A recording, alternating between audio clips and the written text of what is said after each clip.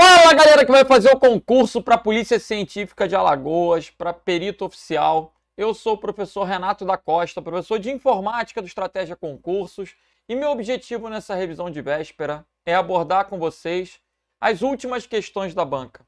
Dessa forma, a gente pode perceber assuntos que são constantemente cobrados e, quem sabe, predizer aí temas que apareçam na prova amanhã. Então, vamos juntos, galera. Vamos que vamos. Vamos lá para a nossa primeira questão. Todas dentro do conteúdo programático, né? Quando a gente vai tomar um remédio, tem que ler a bula. Quando vai fazer uma prova, tem que ler o conteúdo programático. Então, para ficar ajustado, noções de sistemas operacionais, Windows e Linux, edição de texto, planilhas e apresentações Office e LibreOffice, redes de computadores, conceitos básicos, ferramentas, aplicativos e procedimentos de internet e intranet, programas de navegação, Internet Explorer, Firefox e Chrome, programas de correio eletrônico, Outlook Express, Thunderbird, sites de busca e pesquisa, Google, grupo de discussão, redes sociais, computação na nuvem, conceitos de organização e gerenciamento de informações, arquivos, pastas e programas, segurança da informação, noções de vírus, worms e pragas virtuais, a parte de malware, aplicativos para segurança e procedimentos de backup, além de armazenamento de dados na nuvem, que está relacionado com computação em nuvem. Então, vamos que vamos. Planilhas eletrônicas é a primeira questão, uma das últimas provas do CESP da Prefeitura de Maringá. A seguir é ilustrada uma planilha criada no LibreOffice Calc 7.4, que relaciona doses de vacina contra a Covid recebidas pela Prefeitura de Maringá. Na célula B17, foi inserida uma fórmula para mostrar o total de doses recebidas do laboratório Butantan. Então ele quer somar as doses quando for Butantan. Ele vai somar 6.053 com 1.020 com 6.059 e vai resultar esses 3.132. Qual a função que vai permitir somar se Butantan? Não tenha dúvida que é a função soma-C. Né? Todas as alternativas apresentam um soma-C. A sintaxe da função soma-C é que é importante. Soma-C, abre parênteses, intervalo, ponto e vírgula, critério, ponto e vírgula, intervalo da soma. O critério é ser Butantan. Butantan está digitado na célula A17. Então, Butantan, se eu colocar como critério numa fórmula, tem que estar entre aspas. Por quê? Todo o texto numa fórmula tem que estar entre aspas. Então, a letra A, faltar as aspas, já é absurda. A letra A está fora. A letra D não pode ser aspas simples, tem que ser aspas duplas. Então a letra D está fora. Agora eu estou entre a C, a B, a C e a E. Legal. O sinal de igual, nesse caso, ele não é obrigatório. Eu não preciso usar o sinal de igual no critério. Eu preciso usar se eu quiser trabalhar com maior ou igual, menor ou igual. Se eu quiser colocar maior, menor, aí eu preciso colocar o sinal propriamente dito. Mas no caso do igual, não é necessário. Se colocar, não tem problema. Mas tem que estar dentro das aspas. Porque o igual vai ser um texto. Então, eu não posso ter o igual fora das aspas. Na letra B, eu poderia ter aspas e o igual dentro das aspas. Aí a letra B seria uma resposta possível.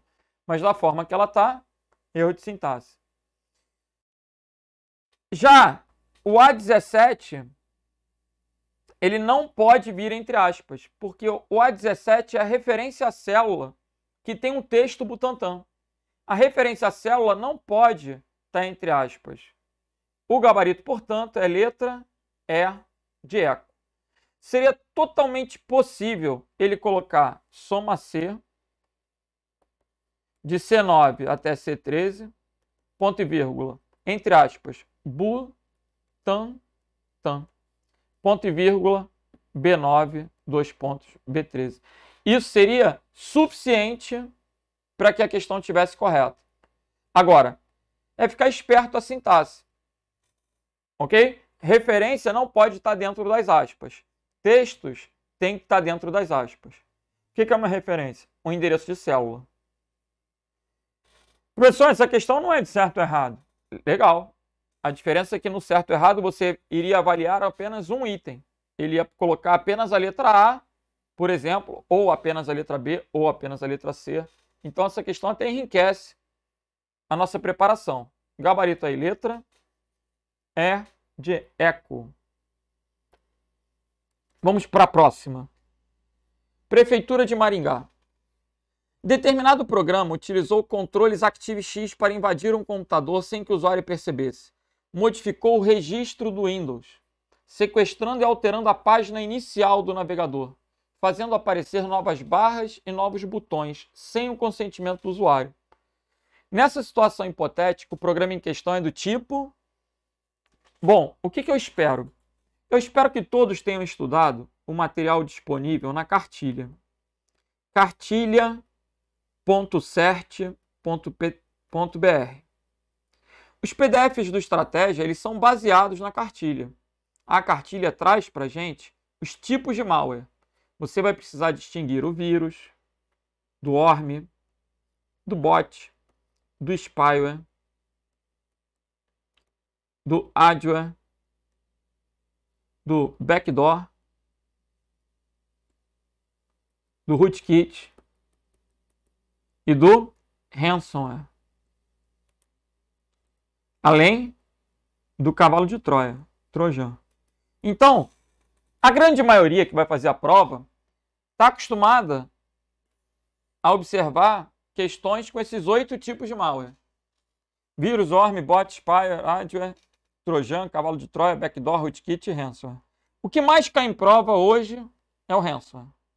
Então, se você não sabe o que é um ransomware, está com um problema. Ransomware é aquele que criptografa os arquivos da máquina do usuário cobrando resgate. Mas não é o objeto da questão. A questão falou de um programa que altera a página inicial do navegador. Esse programa é chamado de hijacker. Esse não está documentado na cartilha. E o que ele tem a ver com esse papo de sequestro, né? Porque a tradução dele seria sequestrador. Vamos entender. É possível, pessoal, que eu tenha uma página e que eu coloque banners, propagandas de patrocínio na minha página? É possível que eu coloque no meu site um banner lá da Coruja, fazendo propaganda do Estratégia, de modo que se algum aluno clicar no banner e abrir a página do Estratégia, pelo intermédio do meu site, eu ganhe uma graninha? É possível? É possível, por exemplo, estabelecer um contrato para cada clique eu ganhar, sei lá, 5 centavos, 10 centavos? É possível? É possível. Esse tipo de barganha, de negociação, é possível. Existem links patrocinados. Isso é bastante comum nas relações de marketing na internet. A questão é, esse tipo de malware é criado por uma pessoa maliciosa que altera a página inicial de modo que você, ao entrar no navegador, abra um link patrocinado e ela ganha um dinheirinho de forma indevida, né? Porque você incondicionalmente abriu o navegador, apareceu uma página lá, um bingo, uma página qualquer, e alguém ganhou os 10 centavos. Esse programa, se replicando, infectando milhares, milhões de computadores, faz com que essa pessoa arraste grandes quantias de dinheiro. É a ideia de sequestro. Então, esse malware chama-se hijacker. Sempre que você vira uma questão na prova falando de um programa que infecta o navegador, você já vai pensar no hijacker. Com o intuito de quê? De alterar a página inicial para direcionar a links patrocinados, de forma que alguém ganhe dinheiro indevidamente. Legal. E os demais? Hoax é um boato, não é um malware. É uma mensagem de boato, uma corrente, uma lenda urbana. Ah, se você não passar essa mensagem para 50 pessoas, tu vai cair da escada e morrer. É um boato, é uma lenda, uma corrente, é um hoax. O backdoor permite o retorno de um invasor. Ou seja, permite que alguém entre na sua máquina sem colocar senha, de forma indevida. Retorno do invasor. O phishing é um golpe, uma espécie de engenharia social, um pega-trouxa, uma pescaria de trouxa. O cara manda lá uma mensagem te oferecendo alguma benesse ou colocando algum temor, sempre associado à fraude bancária, à fraude financeira, do tipo: ah, teu nome está no Serasa, clique aqui. Ah, clica aqui que tu vai ganhar R$1.000. Phishing, golpe financeiro.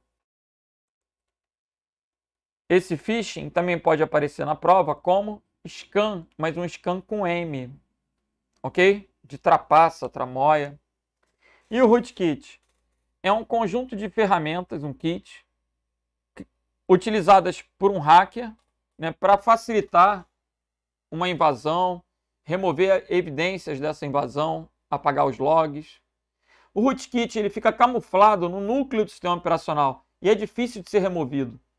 Normalmente implica a formatação da máquina. Gabarito aí, gente. Letra C de Charlie.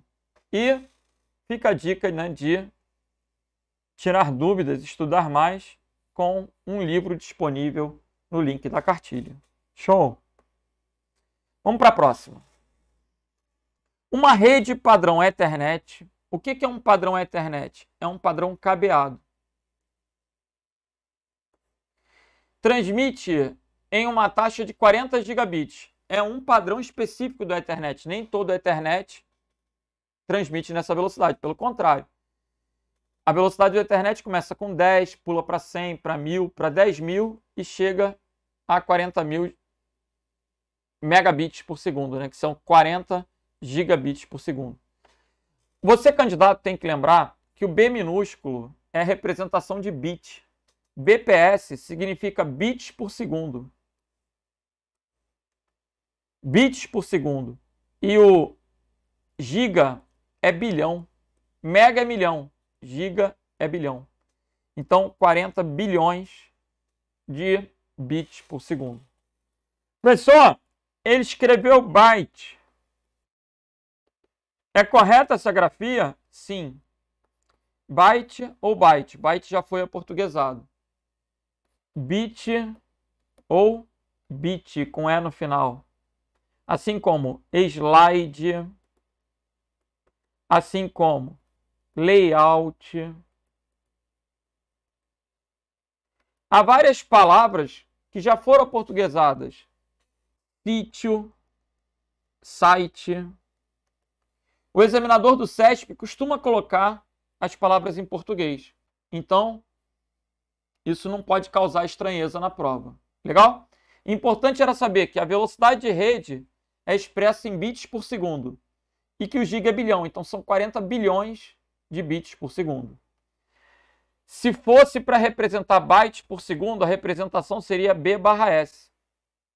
Aí eu teria a representação de bytes por segundo. 1 byte corresponde a 8 bits. Então, há diferença entre bits e bytes. Não pode trocar, não pode confundir. Beleza?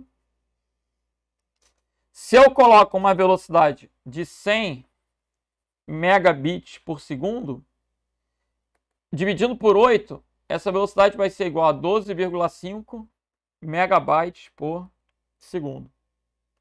Por extenso, não tem esse papo de B minúsculo nem B maiúsculo. Mas abreviado, B minúsculo é bit, B maiúsculo é byte.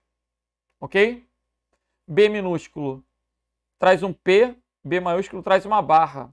Então, olhando com essas convenções, eu não erro. 100 megabits por segundo é a mesma coisa que 12,5 dividido por 8 megabytes por segundo. Aqui eu tenho equivalências convertendo de bit para byte. Isso é importante para a velocidade de rede. Vamos para a próxima. No Windows 10, a segurança do Windows verifica continuamente a existência de malwares e vírus. E inclui um programa antivírus chamado Microsoft Defender Antivírus. Essa questão está certa. o Windows ele tem uma central de segurança. Essa central de segurança, que é chamada de Defender, ela vai ter proteção contra vírus e ameaças, proteção de contas, firewall. A gente tem várias opções de segurança nessa ferramenta do Windows. Muitas vezes as pessoas me perguntam, professor, qual antivírus que você usa? Eu uso o próprio antivírus do Windows, que a gente pode chamar de Windows Defender, Microsoft Defender, antivírus. Então essa questão está certa. Beleza? Certa questão. Vamos para a próxima. Caso haja necessidade de reorganizar os dados fragmentados do disco rígido de uma estação de trabalho cujo sistema operacional é o Windows, pode-se executar um utilitário chamado desfragmentador de disco, a fim de que esse possa funcionar de maneira mais eficiente. Vamos por parte. Observem comigo. Quando eu acesso a unidade de disco, eu posso clicar na unidade de disco com o botão direito do mouse e, na sequência, acionar propriedades. Aí eu tenho ferramentas que vão permitir verificar a integridade do disco e desfragmentar o disco. O recurso está disponível no Windows. Quando que eu preciso desfragmentar? Você tem que pensar no disco rígido como se fosse um disco de vinil. Lembra daquele LP? Se tu for meu contemporâneo, tu vai lembrar. No disco de vinil, a gente levantava uma agulha e botava na faixa que queria ouvir a música. Esse processo é um processo mecânico, né? De levantar, colocar a agulha, posicionar. Isso é mecânico. Os discos rígidos magnéticos, eles são eletromecânicos. Eles vão ter essas agulhas nas cabeças de leitura e gravação e vão ter partes móveis, né, que vão ficar se deslocando para acessar a informação no disco, que também vai rodar. Então, o disco magnético, ele tem partes mecânicas. Se as informações ficarem espalhadas no disco, seria fragmentadas, toda hora a cabeça vai ter que ficar se movendo. Isso perde tempo, tornando o acesso às informações mais lento. Então, os HDs magnéticos, nos HDs magnéticos, é interessante realizar desfragmentação para reorganizar, colocar as informações contíguas, adjacentes, permitindo a leitura, né, de uma forma linear ali e com um melhor desempenho. Agora, quando eu penso no SSD, que é mais moderno, os discos sólidos, eles não têm partes móveis. Logo, não justifica falar em desfragmentação para um pendrive, para um SSD. Porque se não tem partes móveis, o que interessa? Reorganizar as informações. Elas podem ficar todas espalhadas, porque elas são acessadas eletronicamente, então não há diferença. Não há essa latência, né? Essa perda de tempo para achar a informação na mídia sólida. Então, esse recurso de desfragmentar, ele tem ficado cada vez menos usado. No passado era mais relevante. Estou entendendo. Vamos lá para a questão de Guarulhos, então. Caso haja necessidade de reorganizar os dados, pode-se executar o utilitário chamado desfragmentador de disco? Pode, a fim de que esse possa funcionar de maneira mais eficiente. Então, a questão de Guarulhos é certa. Vamos à próxima. Com a finalidade de proteger seus arquivos, o Windows Defender é uma central de segurança. Com a finalidade de proteger seus arquivos no Windows 10, o usuário pode criptografá-la pelo aplicativo Windows Defender Firewall no painel de segurança do Windows. E agora? Essa questão está errada. Quando a gente pensa em criptografia no Windows, a gente tem dois recursos de criptografia. A gente tem um recurso chamado de EFS, que permite criptografar arquivos ou pastas. E a gente tem um recurso chamado BitLocker. Esse é o mais importante, que permite criptografar discos. O BitLocker é o melhor, é o mais indicado. O BitLocker é muito maneiro. Se você perder teu computador, a pessoa que achar teu computador, tentar tirar teu HD, colocar em outra máquina, não vai acessar nada. Se alguém invade teu computador, um hacker, não vai conseguir abrir nada. Com o BitLocker, as informações ficam protegidas, criptografadas. Seria interessante que todos tivessem o BitLocker. E por que nem todo mundo usa o BitLocker? Porque nem todo mundo tem a edição mais cara do Windows. Nem todo mundo tem o Windows versão Pro, versão Enterprise, que seriam as últimas versões. Logo, o BitLocker não é tão acessível, mas é importante. Ok? Com a finalidade de proteger seus arquivos, o usuário pode criptografá-los. Sim, usando o quê? Se forem pastas ou arquivos, usando o EFS. E se você utilizar o BitLocker, você criptografa o disco e, consequentemente, tudo que tiver dentro do disco vai estar cifrado. Legal? Vamos que vamos. Próxima questão. Agora uma questão de Excel, trazendo uma função soma-C, similar àquela questão que a gente viu no início da aula lá da Prefeitura de Maringá, mas com um certo errado. E o que você tinha que saber? A sintaxe da função. A sintaxe é igual, soma-C, abre parênteses, intervalo, critério,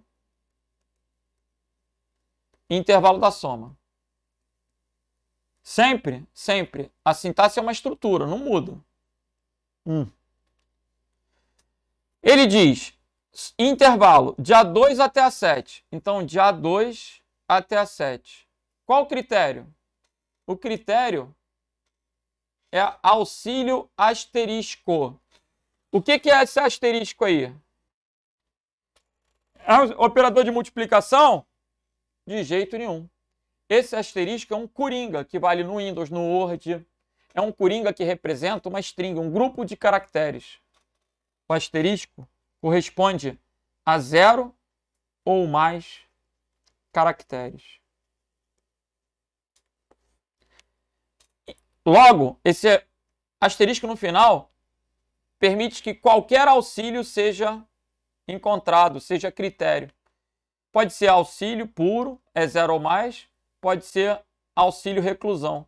Então, tanto auxílio quanto auxílio reclusão, auxílio doença, auxílio maternidade, auxílio hífen qualquer coisa. Auxílio qualquer coisa vai funcionar. Né? Se ele colocasse, por exemplo, se ele colocasse asterisco maternidade, poderia ser auxílio maternidade, licença maternidade, qualquer coisa maternidade. Então, o asterisco ele entra no lugar de qualquer coisa. É auxílio qualquer coisa, auxílio asterisco. Auxílio e auxílio reclusão atendem ao critério. Só que na hora de somar, o intervalo da soma é de B2 até B7. É de B2 até B7. Então, eu vou olhar na coluna B, as que atendem a um critério. Eu vou somar o 2 e o 3. Isso vai retornar 5. A resposta dessa questão é 5. Se for inserido na célula B8 essa fórmula, ela vai olhar na coluna A o que tem auxílio e vai somar o que está na coluna B apenas do que atendeu ao critério. 2 mais 3, 5. A questão está errada. Não vai ser apresentado o número 2. Ok? Vamos para a próxima. Professor, se nessa questão não tivesse o asterisco, aí seria o 2? Aí seria o 2. Porque a gente só tem um auxílio. Aí não entraria o auxílio reclusão, que é uma palavra composta. Né? Por isso ele colocou o asterisco. Estou entendendo. Então, a questão está errada. Vamos para a próxima. Se o usuário tiver clicado primeiramente no ícone, olha aí, ó, e em seguida em sinalizador, a mensagem será enviada para a pasta lixo eletrônico? Não tem nada a ver.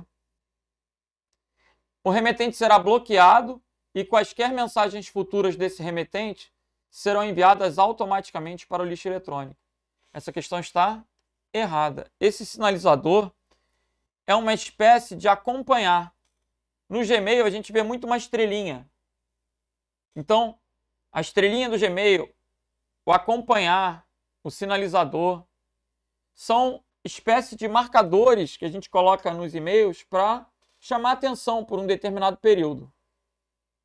Enquanto aquela mensagem não for concretizada, né, enquanto eu tiver uma pendência ali, eu deixo sinalizado. A ideia é mais ou menos essa. Por isso a questão está errada. Legal?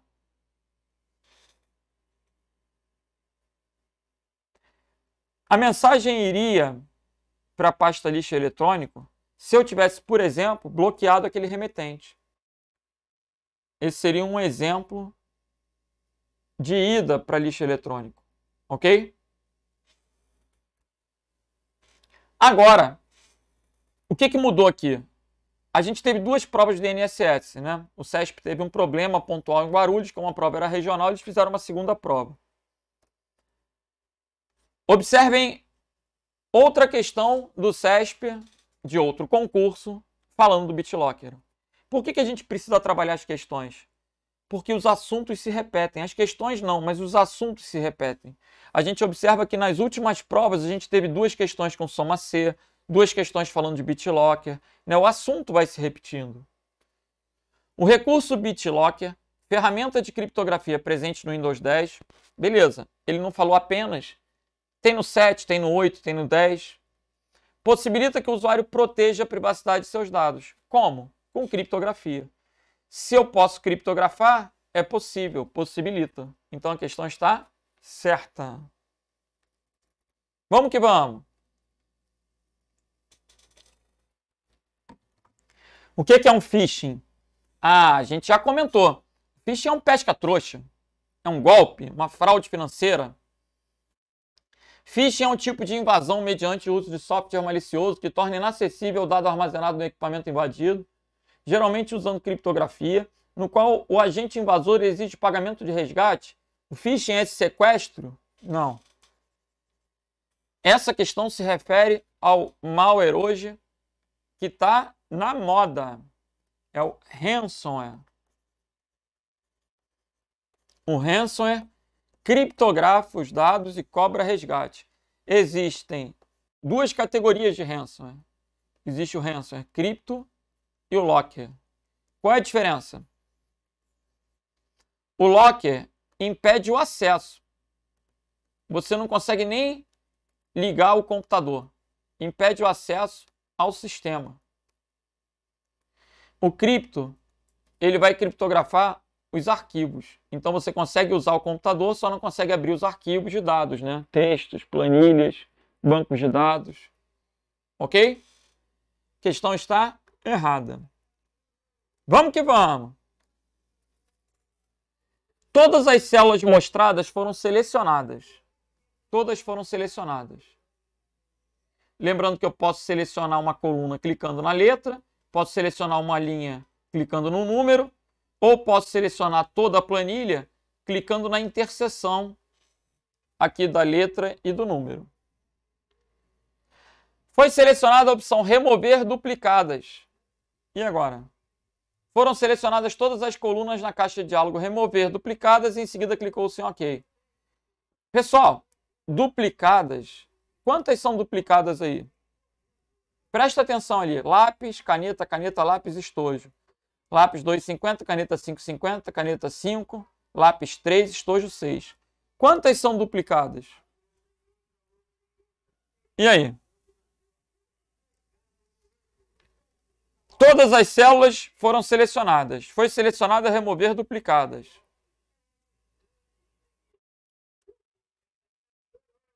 A pergunta é, nenhuma linha da planilha foi apagada? O que você acha? Eu tenho lápis e lápis, mas os valores são diferentes, então não são duplicadas. Eu tenho duas canetas com valores diferentes. Só seriam duplicadas, pessoal, se tivessem exatamente a mesma linha. O remover duplicadas, nesse caso, como eu selecionei a tabela inteira, ele só vai remover se eu tiver linhas exatamente iguais. Eu tenho dois lápis, mas com preços diferentes. Então, são lápis distintos. Tem duas canetas com preços diferentes. Então, a questão é certa. Nenhuma linha foi apagada. Ok? Essa questão estava distribuída em 2 slides, né? De fato, a pergunta do examinador é: nenhuma linha foi apagada. A questão é certa. E vamos que vamos! De acordo com o trecho destacado na barra de endereço mostrado na figura em apreço, o cadeado seguido do trecho do HTTPS, é correto afirmar que a página em questão é parte da intranet. Já está horroroso. Por quê? A intranet e a internet utilizam a mesma tecnologia. Logo, utilizam os mesmos protocolos. Intranet e internet usam os mesmos protocolos.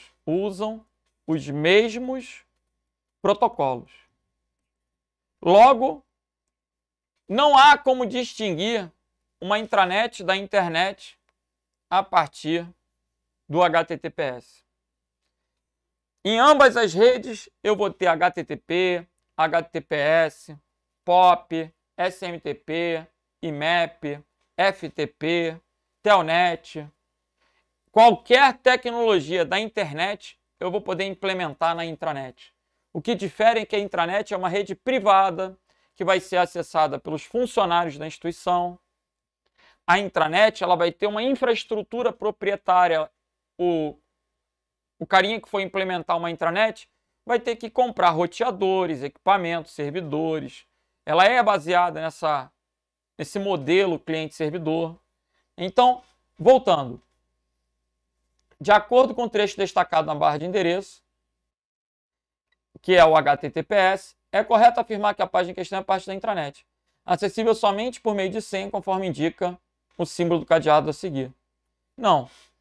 O HTTPS, ele não requer que você coloque senha. É possível que eu acesse páginas, até o próprio Google tem certificado digital. E aí tem o HTTPS. Não necessariamente o acesso às páginas com HTTPS vai ser privado. Eu posso acessar páginas da internet, onde a troca de informações é sigilosa e utiliza o HTTPS. O HTTPS é um protocolo de transferência de hipertexto seguro, que implementa a criptografia entre o cliente e o servidor. Ok? O HTTPS combina o HTTP com um protocolo criptográfico que é o SSL, ou o seu sucessor, que é o TLS. Show! Vamos lá, galera, vamos para a questão da Apex. Assinale a opção correspondente ao comando que retornará o resultado mais eficaz na utilização do motor de busca Google para otimizar uma pesquisa sobre o assunto comércio exterior, na qual se inclui ainda o termo inteligência comercial, restringindo-se a busca ao site eletrônico do apexbrasil.com.br. Então, o que a gente vai observar? Tem que ter comércio exterior e tem que ter inteligência artificial.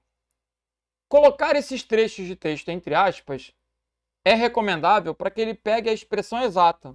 Não é qualquer comércio, não é qualquer inteligência. Só comércio exterior e só inteligência comercial. Então, cada uma dessas expressões tem que estar entre aspas. Entendam que as aspas delimitam a busca a uma expressão exata. Se eu colocar entre aspas Renato da Costa, ele não vai encontrar Renato Costa. Estou entendendo. Agora, ele quer que inclua inteligência artificial. Tem que ter os dois. Logo, não pode ser o OR. Esse papo de OR e AND são operadores que a gente chama de operadores booleanos, que vocês estudam lá no raciocínio lógico, quando montam aquela tabela verdade, onde verdadeiro e verdadeiro dá verdadeiro, verdadeiro e falso dá falso, verdadeiro dá verdadeiro, verdadeiro ou falso dá verdadeiro. Então, essa lógica é uma lógica booleana. Eu tenho que ter comércio exterior e inteligência comercial. Não pode ser o OR. Um outro detalhe é que o Google, nas palavras, ele não diferencia maiúsculas e minúsculas. Assim como ele desconsidera acentuação e caracteres de pontuação. Sendo que, nas palavras reservadas, a sintaxe é relevante. Ou seja, os operadores booleanos têm que ser com letra maiúscula e os comandos seguidos de 2 pontos têm que ser com letra minúscula. Aí são regrinhas. Ele quer restringir a busca ao site da Apex. Então, não vai pesquisar em qualquer site da internet. Vai restringir a busca à Apex. O comando para restringir a busca a um determinado site é o comando site. Por isso o gabarito aí vai ficar sendo o quê? Letra B de bravo. Esse related é como se fossem similares, sites relacionados. Ok? Gabarito, letra B de bravo. Existem vários comandos. File type restringe a busca a um determinado tipo de arquivo. File type PDF. Só vai procurar PDF. Tem in URL, in text, in title, dentro da URL, dentro do texto, dentro do título. Há vários comandos no Google. O Google é uma ferramenta fantástica. A gente vai ter opção de calculadora, de tradutor. Existem muitas ferramentas no Google e qualquer uma delas pode aparecer na prova. Então, vale a pena mexer, conhecer. Vamos para a próxima. Uma das características da navegação anônima. O que é a navegação anônima? Também chamada de navegação privativa ou in private. Essa navegação anônima, no Chrome e no Edge, ela vai ser acessada com atalho de teclado Ctrl, Shift, N. E no Firefox, ela é acessada com Ctrl, Shift, P. Dependendo do seu navegador, todos vão ter navegação anônima, sendo que pode ser chamado de anônimo ou privativo. Tá. A característica dessa navegação é não deixar rastros na máquina do usuário.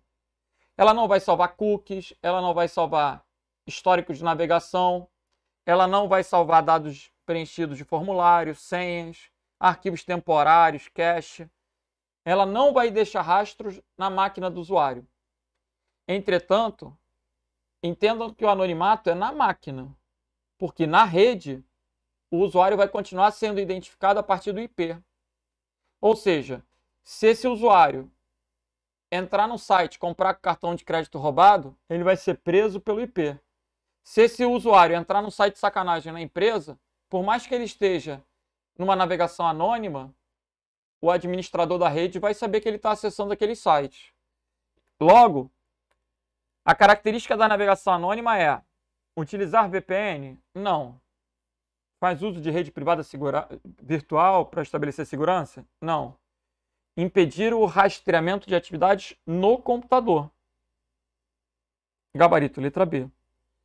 Impedir o registro de informações de login? Não, não tem a ver com login no computador. É no navegador só. Né? Você coloca o navegador em modo anônimo. Tornar mais seguras as transações financeiras? Não necessariamente. Embora em computadores públicos eu faça questão de usar a navegação anônima para ter certeza de que meus dados não vão ficar salvos. Ok? Mas num computador público, eu corro o risco, né, de ser interceptado por um programa espião, uma espécie de keylogger, por exemplo. Isso já vai comprometer o acesso às minhas informações. Gabarito, portanto, letra B de bravo. Ok? B de bravo. Vamos para a próxima. Estagiário. Ao se utilizar o site de busca Google para pesquisar as ocorrências assertivas e exatas da expressão exportação e investimento, as ocorrências assertivas e exatas da expressão exportação e investimento. Esse texto tem que estar entre aspas. Então a letra A está errada. Com isso, a letra C também está errada. A letra D também está errada. Só sobrou a letra B de bravo. Muito parecida, né? Muito parecida. Restringindo o acesso ao site da Apex. Para restringir o acesso, a gente usa o comando site. Então, o gabarito aí é letra B de bravo. Vamos para a próxima. Para acessar a internet, cada computador recebe uma identificação única. Como é que eu posso rastrear, inclusive, uma transação, um equipamento, uma pessoa na internet? A partir do IP. O IP é a identificação da máquina na rede. Cada equipamento conectado à rede vai ter um IP. O teu celular vai ter um IP, teu tablet vai ter um IP, teu computador vai ter um IP. Qualquer equipamento conectado à rede, uma câmera, uma impressora, vai ter um IP.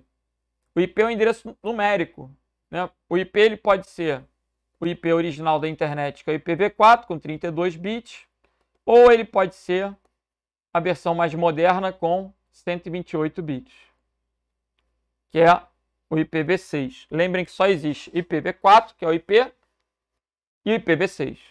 Legal. A World Wide Web é o sistema de hipertexto, onde ficam as páginas. O HTTP é o protocolo para acessar as páginas, e o DNS vai ser o sistema que vai possibilitar acessar sites, acessar recursos, usando nomes ao invés de números. Se não existisse o DNS, eu teria que decorar o IP das máquinas para acessar as páginas. Seria muito mais difícil a utilização da rede. Para não precisar decorar números, existem os nomes de domínios. E o DNS funciona como, de maneira análoga a uma grande agenda. Agenda? No passado eu tinha agenda de telefone.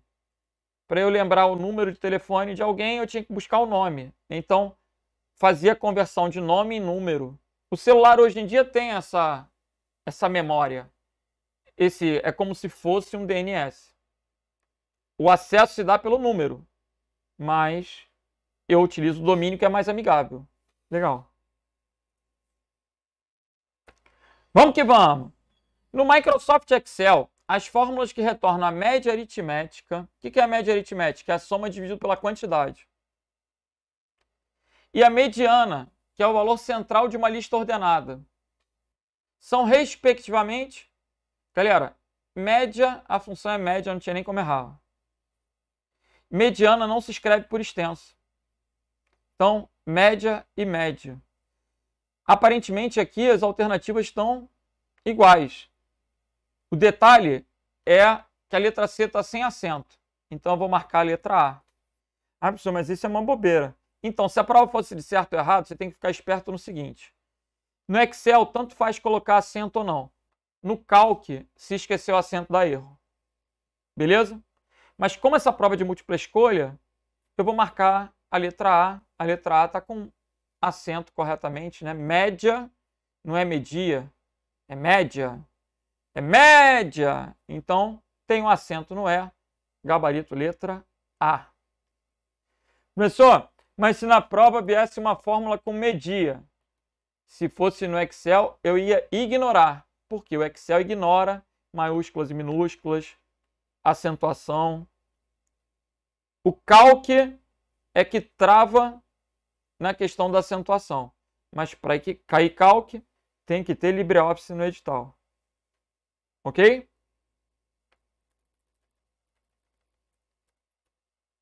Tem LibreOffice no edital, pode cair Calc. Legal. Vamos para a próxima? Vamos embora. A execução simultânea de tarefas em que uma está ativa em determinado momento e as demais prontas ou em repouso caracteriza um sistema operacional multitarefa. Como é que é esse papo aí? Lá na década de 90, na época do DOS, a gente tinha computadores com sistemas operacionais monotarefa. Só conseguíamos fazer uma coisa de cada vez. Naquela época, se eu estivesse mandando, por exemplo, imprimir um texto com 500 páginas, eu podia deixar o computador lá paradão e jogar bola e fazer alguma coisa. Por quê? A impressora era lenta, matricial, barulhenta.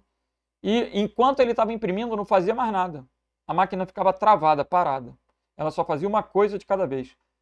Gente, eu me identifico tanto com esse monotarefa. Eu acho que os homens são monotarefa, né? Eu, quando estou fazendo uma coisa, eu não consigo prestar atenção em mais nada.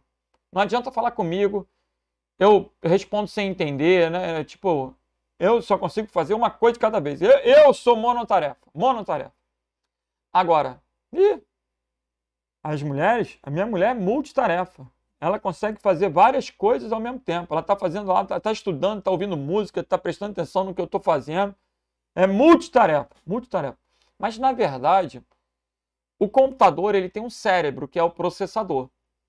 Os computadores que têm um único processador, eles só conseguem fazer uma coisa de cada vez.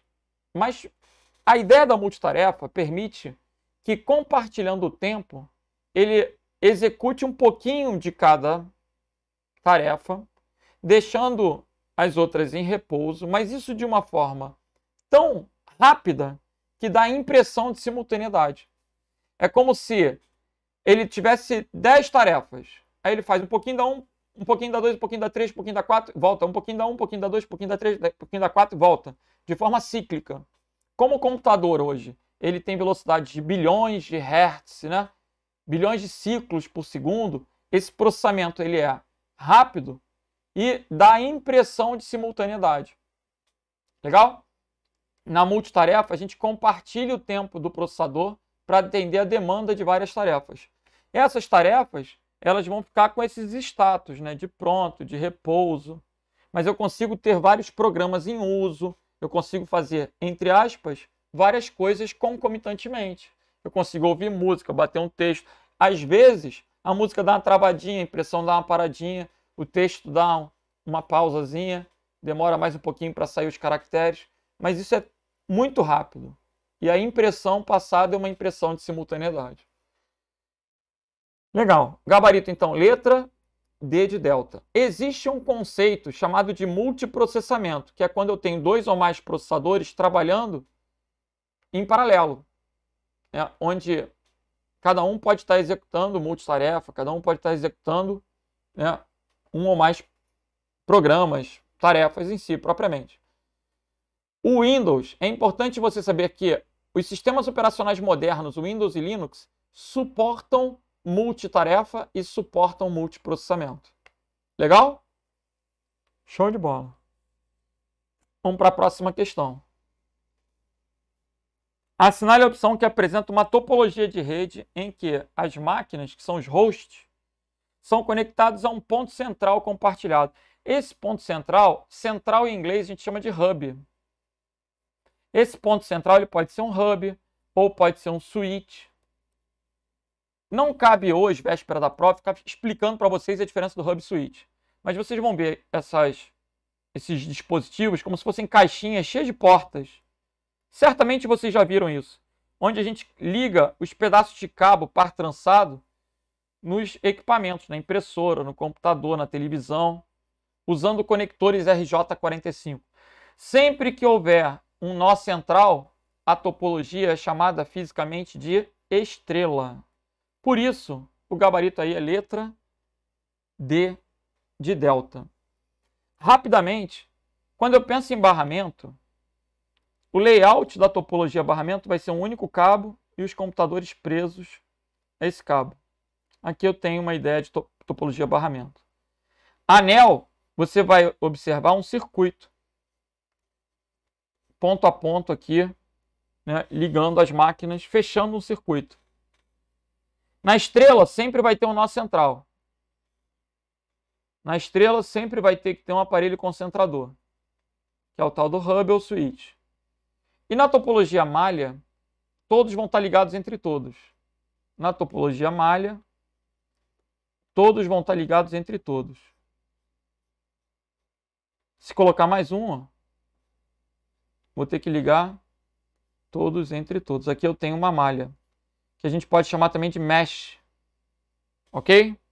Malha ou mesh. Vamos que vamos!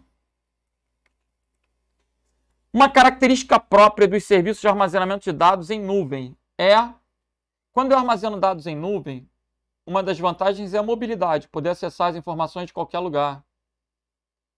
Garantia de espaço ilimitado, bom, isso é relativo, no sentido de que eu vou pagar pelo uso. Ela é escalável, eu posso aumentar conforme a minha necessidade, mas eu vou pagar pelo uso. Então, se eu contrato um OneDrive, por exemplo, hoje eu tenho 1 TB de armazenamento. Eu não tenho espaço ilimitado, eu tenho 1 TB. Se eu quiser ter 2 teras, eu vou elasticidade rápida, eu vou aumentar pelo próprio ambiente aqui da internet, eu vou adquirir mais espaço. Mas a característica não é ter espaço ilimitado, é ter a possibilidade de aumentar ou diminuir, é ter a elasticidade rápida, é ser escalável. Execução de aplicações remotas. Veja, ele está falando de armazenamento de dados em nuvem. Ele está falando em armazenamento, não está falando em programas da nuvem. Porque a nuvem oferece software. A gente tem o Word, Excel, PowerPoint online. O Office 365 ele pode ser acessado online. Ele é um serviço de assinatura, onde você paga pelo uso, numa espécie de locação, que é a característica da nuvem, né? Deixar de ter produtos e passar a ofertar serviços. Mas aplicações remotas estão relacionadas a SaaS e não ao armazenamento. Gratuidade, essa é horrorosa, né? Quem te disse que a nuvem é necessariamente garantida como gratuita? Não. Mobilidade facilitada, gabarito letra D. Eu vou poder acessar de qualquer lugar, de qualquer equipamento, basta ter um navegador e uma conexão com a internet. Então, se a minha empresa pegou fogo, se eu estou em outro país, não tem problema. As informações estão resguardadas na nuvem, gabarito letra D. Ok? Vamos para a próxima. Considerando técnicas de criptografia, assinale a opção que apresenta um mecanismo que garante a identidade do emissor e é certificado por uma autoridade. A autoridade de registro, né, AR, ela emite um certificado digital. O certificado digital, ele vai possibilitar o uso de assinaturas digitais que vão prover autenticidade, integridade, não repúdio, garantindo assim o quê? A identidade. Nesse tipo de questão, muitos ficam na dúvida. Em relação a quê?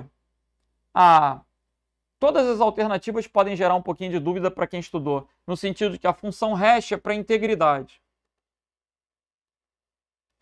A assinatura digital, ela provê autenticidade, integridade e não repúdio.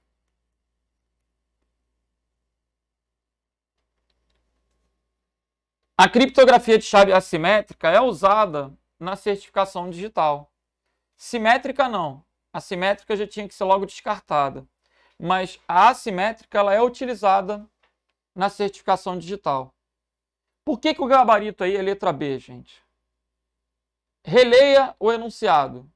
Assinale a opção que apresenta o mecanismo que garante a identidade. Garante a identidade do emissor. E é certificado por uma autoridade. Então, a autoridade de registro, ela expede um certificado digital para que você possa assinar os seus documentos digitalmente. O certificado digital não tem, quando a autoridade de registro expede para você o certificado digital não tem a sua assinatura. O certificado digital tem a assinatura da autoridade certificadora. Você vai assinar quantos documentos você precisar com o seu certificado digital. É preciso que você entenda a diferença. Eu adquiri um certificado, eu vou poder assinar documentos. Se eu mandar 50 e-mails hoje, eu vou poder assinar os 50 e-mails. Eu vou poder assinar 50 planilhas, 50 PDFs, 50 arquivos do Word. Né? Eu vou poder assinar. Mas para eu poder assinar, eu tenho que ter um certificado digital. A empresa que é a autoridade de registro, ela me emitiu o certificado e eu assino os meus documentos. Os documentos que eu assinar vão ter autenticidade e integridade e não vão poder ser repudiados por mim.